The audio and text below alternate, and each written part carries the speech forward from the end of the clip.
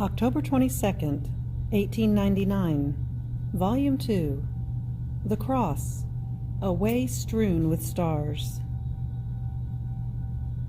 Jesus continues to make himself seen afflicted.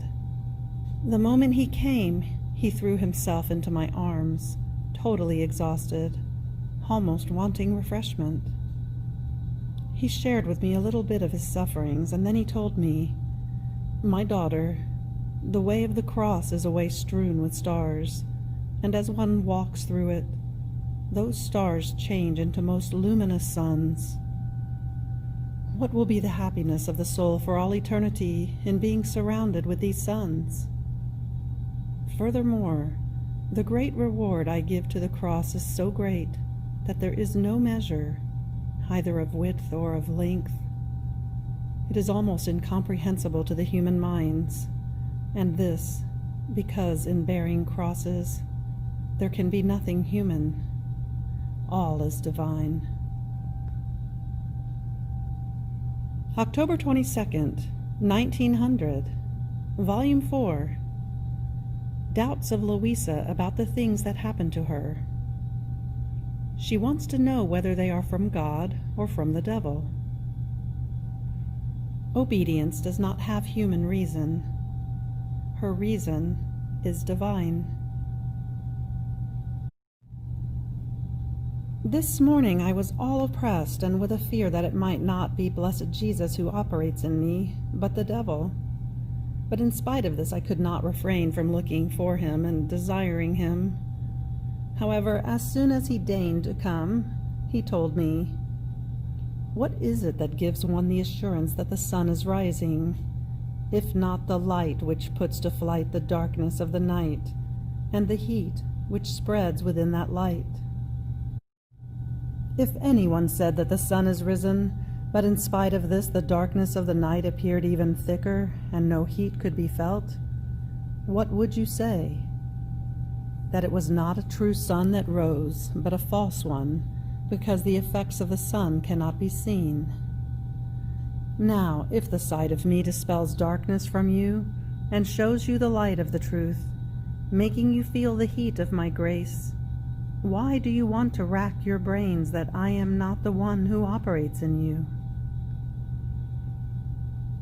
I add, because so obedience wants, that the other day I was thinking, if the many chastisements about which I wrote in these books should really occur, who would have the heart to be spectator of them?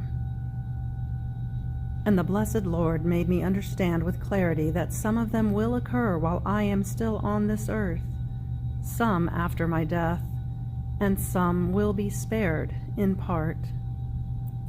So I was a little relieved thinking that I will not have to see them all. So here is Lady Obedience made satisfied now, after she had begun to frown at me and to send out laments and reprimands. It seems that this blessed young lady in no way wants to adapt herself to the human reason. She does not want to get involved in any circumstance. On the contrary, it seems that she has no reason at all, and it is quite a pain in the neck having to deal with someone who does not have reason. In order to get along a little, it is necessary to lose one's own reason, because the young lady keeps boasting, "I have no human reason, therefore I do not know how to adapt myself to the human way. My reason is divine, and for one who wants to live in peace with me, it is absolutely necessary that she lose hers in order to acquire mine." This is how well this young lady reasons. What can one say? It is better to keep silent, because in one way or another she always wants to be right, and she glories in giving you all the wrong. October 22nd, 1902, Volume 4, Threats Against Italy.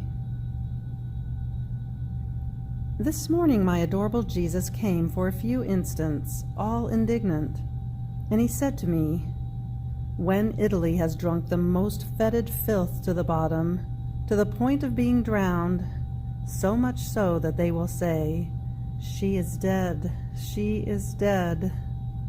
Then will she rise again.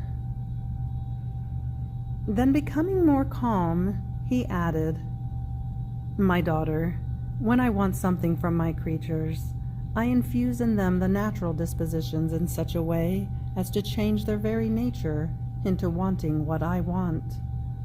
Therefore remain calm in the state you are in." Having said this, he disappeared, and I was left concerned about what he told me. October 22nd, 1926, Volume 20, The Great Good That the Kingdom of the Divine Fiat Will Bring. How it will be the preserver from all evils. Just as the Virgin, while she made no miracle, made the great miracle of giving a God to creatures, so it will be for the one who must make the kingdom known. She will make the great miracle of giving a divine will. I was thinking to myself about the holy divine volition, and I said to myself, "But what will be the great good of this kingdom of the supreme Fiat?" And Jesus, interrupting my thought, moved in my interior as though hurriedly telling me, "My daughter, what will be the great good? What will be the great good? The kingdom of my Fiat will enclose all goods, all miracles, the most sensational prodigies. Even more, it will surpass them altogether. And if miracle means to give sight to a blind one, to straighten up a cripple, to heal one who is sick, to raise a dead man, and so forth, the kingdom of my will have the preserving nourishment, and for whoever enters into it, there will be no danger that he might become blind, crippled, or sick. Death will no longer have power in the soul, and if it will have it over the body, it will not be death, but transit. Without the nourishment of sin and a degraded human will that produced corruption in the bodies, and with the preserving nourishment of my will, the bodies also will not be subject to decomposing and becoming so horribly corrupted as to strike fear even into the strongest ones, as it happens now. But they will remain composed in their sepulchres, waiting for the day of the resurrection of all. Do you think it is a greater miracle to give sight to a poor blind one, to straighten up a cripple, to heal one who is sick, or to have a preserving means so that the eye may never lose its sight, so that one may always walk straight, so that one may always be healthy? I believe that the preserving miracle is greater than the miracle after a misfortune has occurred. This is the great difference between the kingdom of redemption and the kingdom of the supreme Fiat. In the first, the miracle was for the poor unfortunate, as it is today, who lie, some in one misfortune, some in another. And this is why I gave the example, also externally, of giving many different healings that were the symbol of the healings that I gave to the souls, and that easily returned to their infirmity. The second will be a preserving miracle, because my will possesses the miraculous power that whoever lets himself be dominated by it will be subject to no evil. Therefore, it will have no need to make miracles, because it will preserve them always healthy, holy, and beautiful, worthy of that beauty that came out of our creative hands in creating the creature.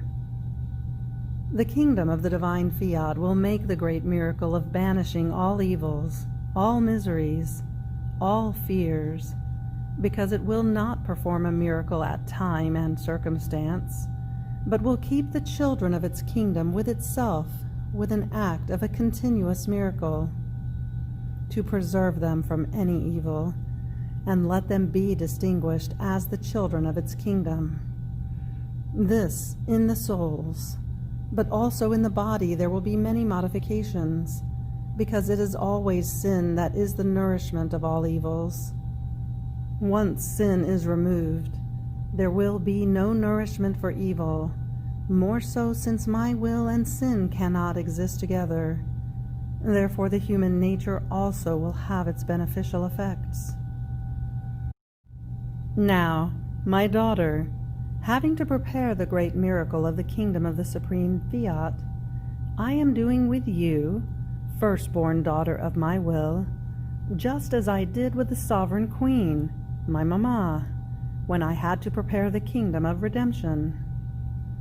I drew her so close to myself, I kept her so occupied in her interior, as to be able to form together with her the miracle of redemption, for which there was such great need. There were so many things that, together, we were to do, to redo, to complete, that I had to hide from her outward appearance anything that might be called miracle, except for her perfect virtue. By this I rendered her more free, so as to let her cross the endless sea of the eternal Fiat, that she might have access to the divine majesty in order to obtain the kingdom of redemption.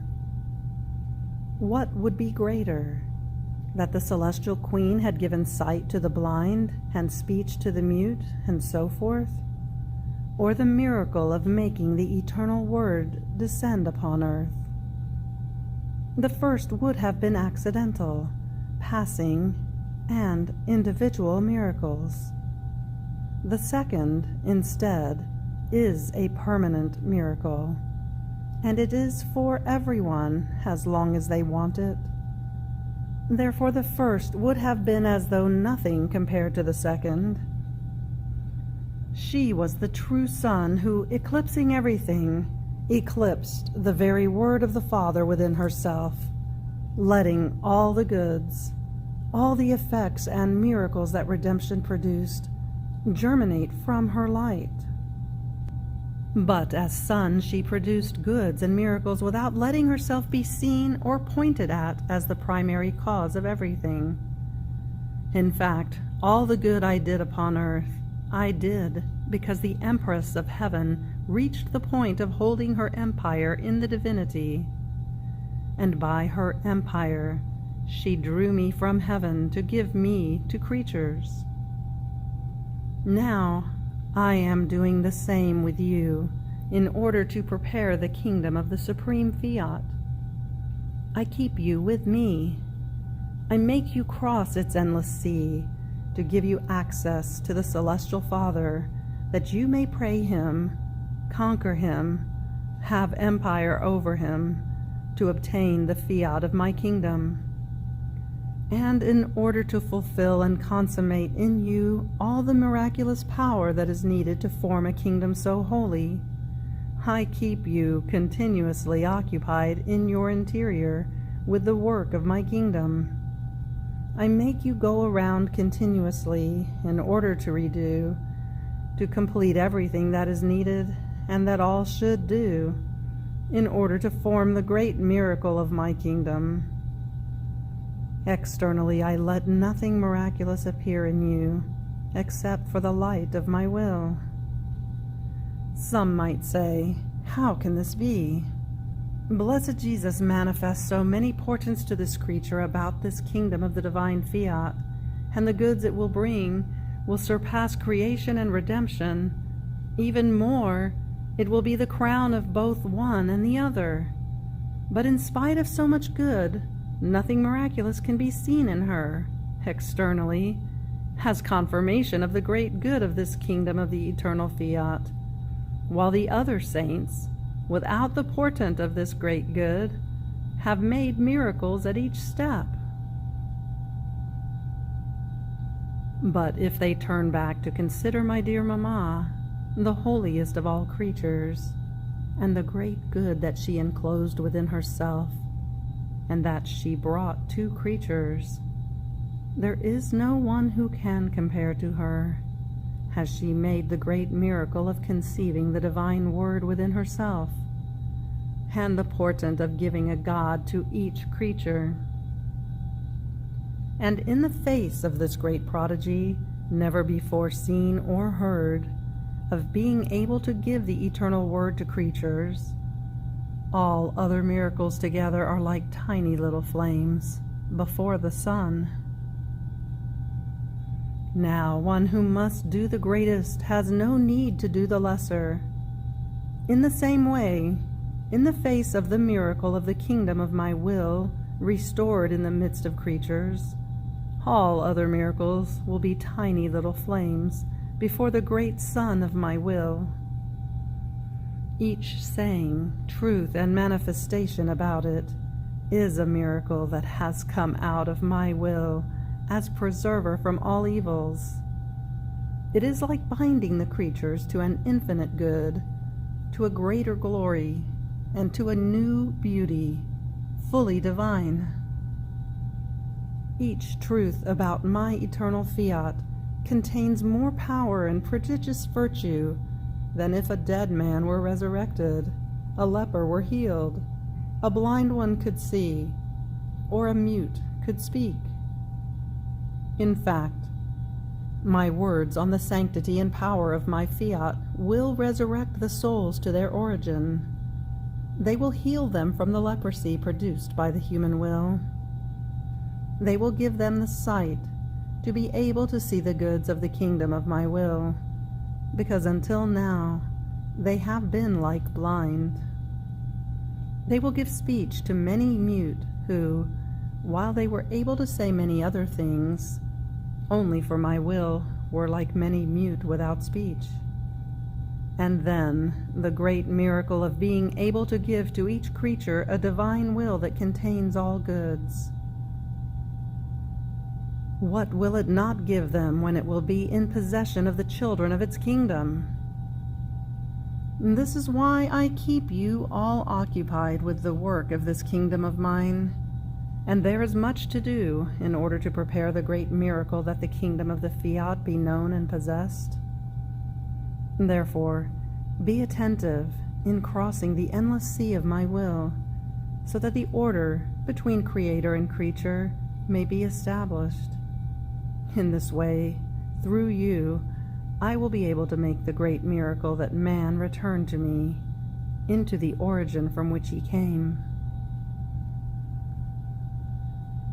Then I was thinking of what is written above, especially that each word and manifestation on the supreme will is a miracle come out of it.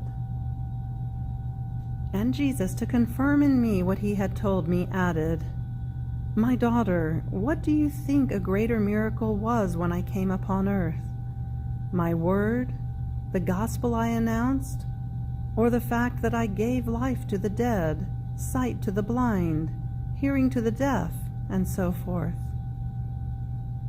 Ah, my daughter, my word, my gospel was a greater miracle, more so since the very miracles came out of my word. The foundation, the substance of all miracles, came out of my creative word. The sacraments, creation itself, a permanent miracle, had life from my word.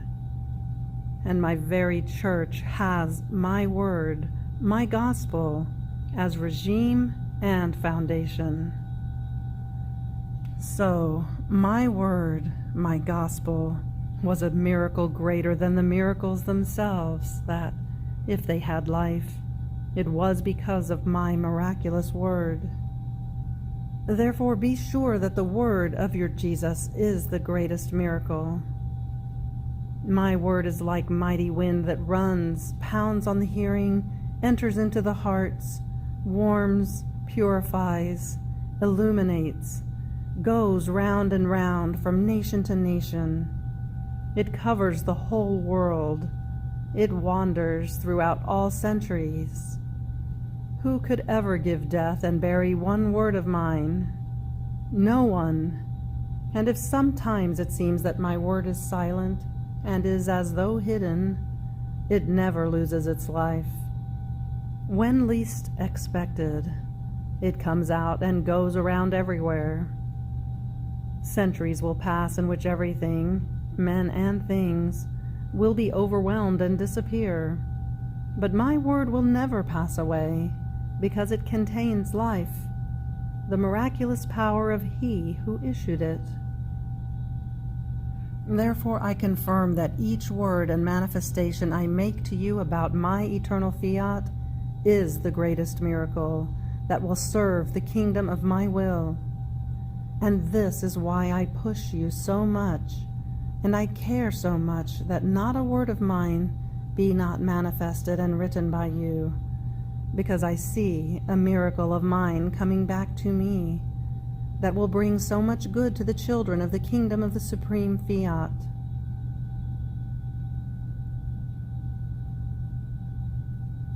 October 22nd, 1933, Volume 32. Jesus finds his heaven in the creature and his celestial mama. Everyone into the all, and the all into everyone.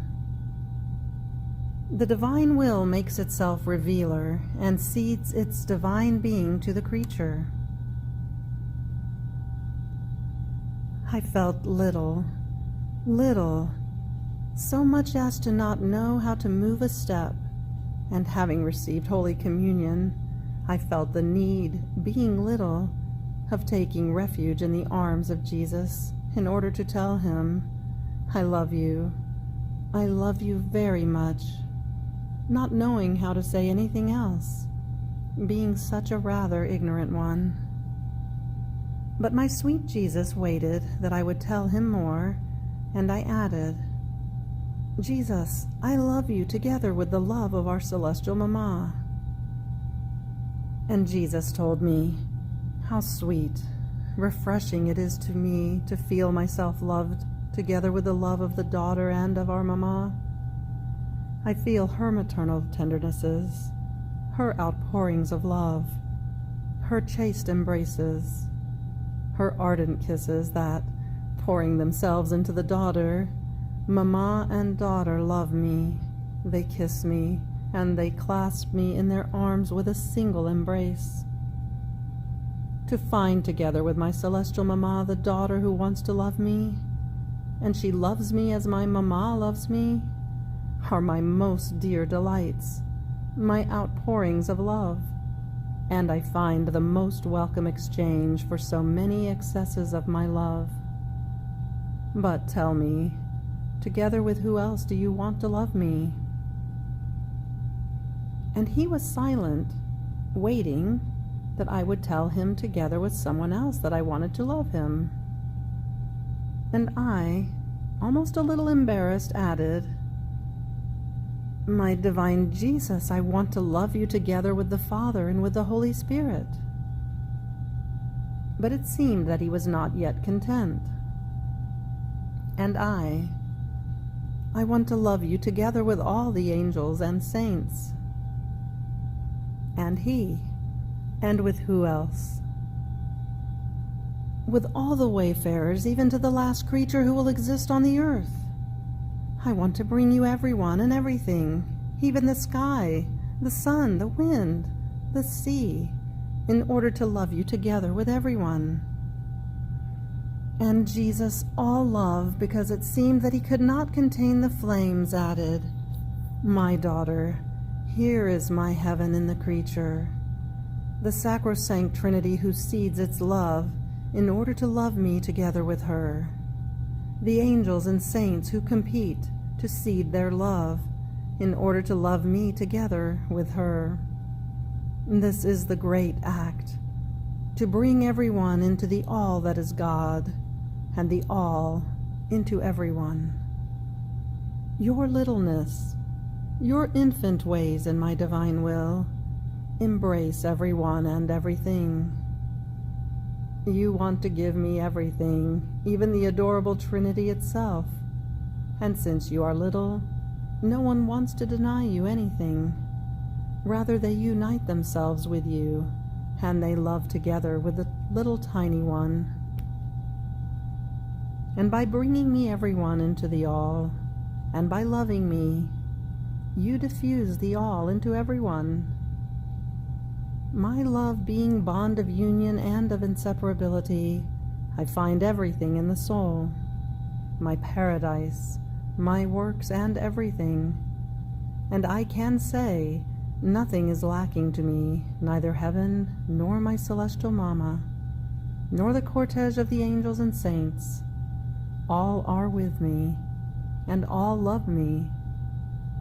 These are the stratagems and loving industries of the one who loves me and who calls everyone. She asks for love from everyone in order to love me and make me loved by everyone.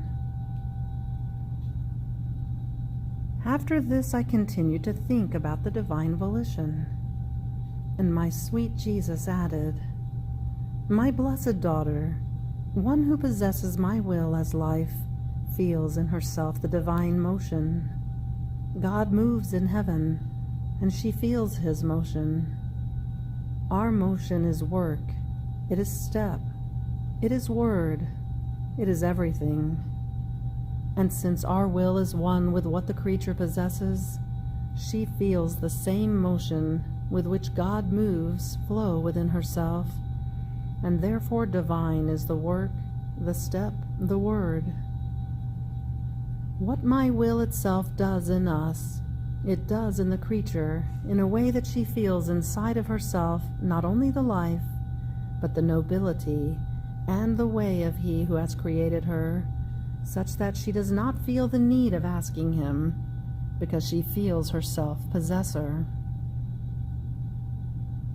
Our will occupies her so much that it gives her its love in order to make her love, its word in order to make her speak, its motion in order to make her move and operate.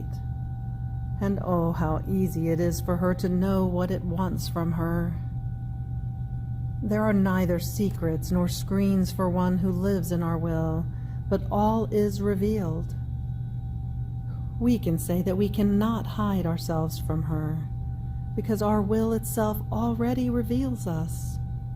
Who can hide from himself?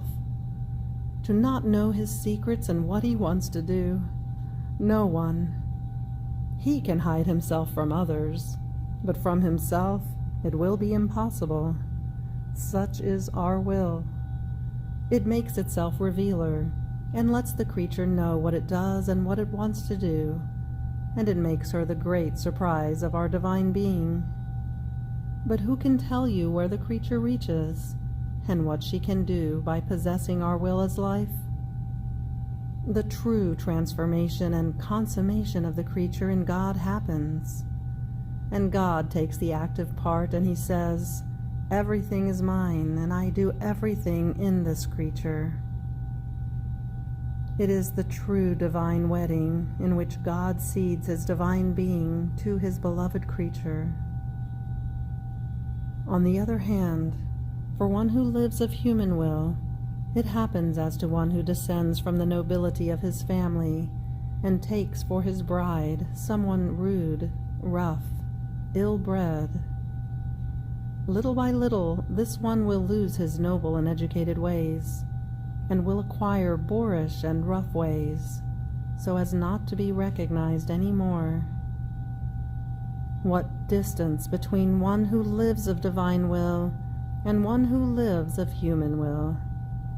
The first form the celestial kingdom on earth, enriched with goodness, with peace, with grace. They can call themselves the noble part. The second form the kingdom of revolutions, of discords, of vices, that do not have peace, and they do not know how to give peace. End of October 22nd. Fiat.